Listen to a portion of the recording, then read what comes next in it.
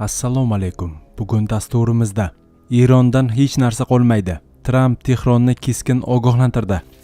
Rossiya yadro qurollari yana tashqariga chiqdi. Bu nimani anglatadi? Batafsil videoda. Kuba AQShning mamlakatga qarshi har qanday harbiy harakati qonli to'qnashuvga olib kelishidan ogohlantirdi. Eron uranni AQShga emas Rossiyaga topshirmoqchi. Endi esa batafsil. Yaqinlaringizni xursand qilishni xohlaysizmi? Sizga kutilmagan qo'ng'iroq xizmatimizni taklif qilamiz. Ota-onangiz, do'stlaringiz va barcha yaqinlaringizga sizning nomingizdan eng samimiy va eng ezgu tilaklarni unutilmas tarzda yetkazib beramiz. Tug'ilgan kun, bayram tabriklari, uzrnomalar va shu kabi barcha xizmatlar bizda mavjud. Chet davlatda yurgan yaqin insonlaringizga ham tabriklar yo'llab beramiz. YouTube'dagi kutilmagan qo'ng'iroq kanalimizda bizning xizmatlarimiz bilan tanishib chiqishingiz mumkin. Ushbu telefon raqamlariga qo'ng'iroq qiling va hoziroq tabriklarga buyurtma bering.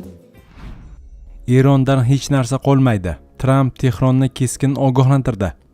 AQSh prezidenti Donald Tramp urushni tugatish bo'yicha muzokaralar to'xtab qolgani sababli Eronni ogohlantirdi. U vaqt ketayotganini va mamlakatdan hech narsa qolmasligini aytdi. Bu haqda BBC xabar berdi. Ular tezroq harakat qilsa yaxshi bo'lardi. Aks holda ulardan hech narsa qolmaydi. Vaqt g'animat, deb yozdi Tramp o'zining Truth Social tarmog'ida. Times of Israel nashrining Isroil bosh vaziri Benyamin Netanyahu idorasiga tayanib xabar berishicha, ushbu bayonot 17-may kuni Tramp va Netanyahu o'rtasidagi suhbatdan so'ng paydo bo'lgan. 18-may kuni e'lon qilingan intervyuda Tramp eronliklar kelishuv imzolashni juda ham xohlayotganini aytdi. Sizga bir gapni ayta olaman. Ular kelishuv imzolashni juda ham xohlamoqda. Lekin ular kelishuvga rozi bo'lsa-da, keyin esa ushbu kelishuvga umuman aloqasi bo'lmagan qog'ozni jo'natdi. Men esa sizlar aqldan ozganmisizlar deyman, dedi Tramp Fortune jurnaliga. Eron 18-may kuni AQShning so'nggi taklifiga javob berganini ma'lum qildi. Washington bilan aloqalar Pokiston vositachilari orqali davom etmoqda. FP agentligi xabariga ko'ra, Eron Tashqi ishlar vazirligi matbuot kotibi brifingda shunday dedi. Kecha e'lon qilganimizdek biz o'z xavotirlarimizni Amerika tomoniga yetkazdik.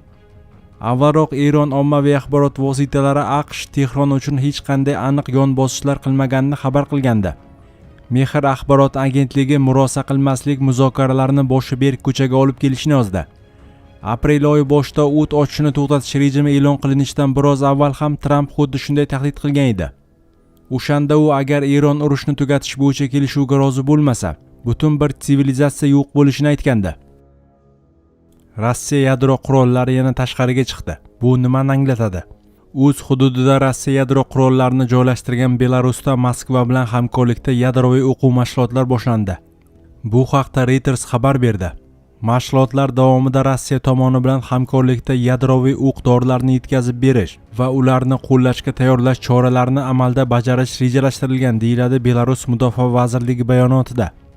Vazirlikning bildirishicha, o'quv mashg'ulotlari harbiylarning mamlakatning turli hududlarida yadro qurolini ishga solishga tayyorligini sinovdan o'tkazadi. Asosiy maqsad Belarusdagi rejalashtirilmagan hududlardan turib jangovar topshiriqlarni bajarish qobiliyatini tekshirish va shaxsiy tarkibning malakasini oshirishdan iborat. Asosiy e'tibor yashirin harakatlanish, uzoq masofalarga ko'chish hamda kuch va vositalardan foydalanish hisob-kitoblarini mashq qilishga qaratiladi, deya qo'shimcha qildi vazirlik.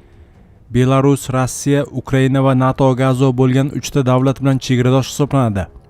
Prezident Aleksandr Lukashenko 2023-yilda Rossiyaning Ukrainaga bostirib kirishdan 1 yil o'tib, Rossiya taktik yadroviy raketalarni o'z mamlakatida joylashtirishga rozi bo'lgan edi. Rossiya prezidenti Vladimir Putin ushbu qarorlarni qo'llash nazorati to'liqligicha Moskvada qolishini bildirgan. Urush davomida Putin Rossiyaning yadroviy qudrati haqida bir necha bor eslatib o'tdi. O'tgan haftada Putin Rossiya yil oxirigacha o'zining yangi Sarmat yadroviy raketasini foydalanishga topshirilishini ma'lum qilgan. Shuningdek, u Moskva o'z yadroviy kuchlarini modernizatsiya qilishda davom etishini aytgan. Belarus tomoni hozirgi o'quv mashg'ulotlari biron bir boshqa davlatga qarshi qaratilmaganini ta'kidladi.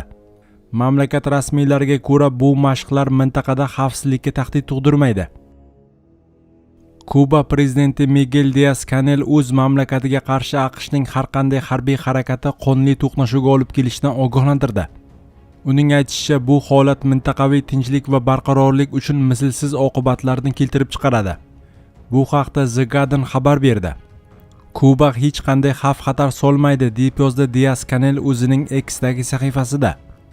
Ushbu bayonot 17-may kuni Axios nashrida e'lon qilingan hisobotdan so'ng paydo bo'ldi. Maxfiy razvedka ma'lumotlariga tayanib yozilgan hisobotda Kuba Rossiyadan 300 dan ortiq dron sotib olgani da'vo qilingan. Shuningdek, Kubaning ushbu dronlardan AQShning Guantanamodagi harbiy dengiz bazasiga, Amerika harbiy kemalariga va Floridadagi Key West shahriga hujum qilishda foydalanish rejalarini muhokama qilgani aytilgan. Mavzu yuzasidan Kuba tashqi ishlar vaziri Bruno Rodriguez ham alohida post qoldirdi. Uning ta'kidlashicha, Kuba dunyodagi har bir xalq kabi BMT nizomi va xalqaro huquq doirasida tashqi tajovuzdan qonuniy mudofaa huquqiga ega. Vazir shuningdek, Kubaga hujum qilmoqchi bo'lganlar buni oqlash uchun yolg'on bahonalardan foydalanayotganini aytdi. Washingtonning yarim asrdan beri dushmani bo'lgan kommunistik Kuba og'ir kunlarni boshdan kechirmoqda. Yanvar oyida AQSh Kubaning o'sha vaqtdagi ittifoqchisi bo'lgan Venesuela prezidentini hibsga olgan edi. Shundan so'ng Washington Kubaga energiya resurslari yetkazib berishni to'xtatdi. Oqibatda so'nggi haftalarda mamlakatda yonilg'i zaxiralari tugadi. Elektr energiyasi esa ko'pincha kuniga faqat 1 yoki 2 soatgacha berilmoqda. Ikki davlat o'rtasidagi keskinlik so'nggi kunlarda keskinlashdi.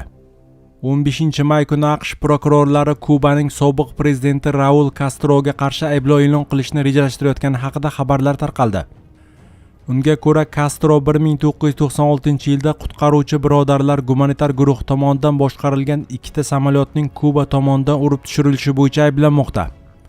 Hozirda 94 yoshda bo'lgan Castroga nisbatan bunday ayblovning qo'yilishi Trump ma'muriyati tomonidan Kubaga nisbatan bosimning jiddiy ravishda kuchayishini anglatadi. AQSh ma'muriyati orol hukumatini korrupsiyalashgan va samarasiz deb atab mamlakatda o'zgarishlar bo'lishini talab qilmoqda. Eron uranni AQShga emas, Rossiyaga topshirmoqchi. Eron ma'lum shartlar asosida boyitilgan uranni Rossiyaga topshirishga rozi bo'ldi.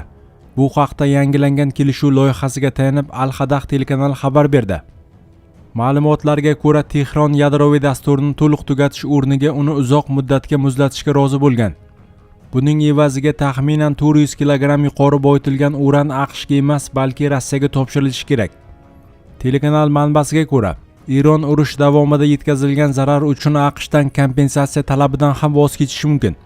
Shu bilan birga Tehron Washingtondan iqtisodiy imtiyozlar olishga intilmoqda. Shuningdek, Eron Hormuz bo'g'ozini bosqichma-bosqich ochishni taklif qilgan. Rejaga ko'ra, bo'g'ozdagi ehtimoliy mojarolarni tartibga solishda Pokiston va Ummon kafolatli ishtirok etadi. Eronning boyitilgan urandan voz kechishi Washingtonning Tehronga qo'ygan asosiy talablardan biri hisoblanadi. Rossiya tashqi ishlar vaziri Sergey Lavrov aprel oyida Moskva boyitilgan uran masalasini hal qilishda o'z rolini o'ynashga tayyor ekanini bildirgandi.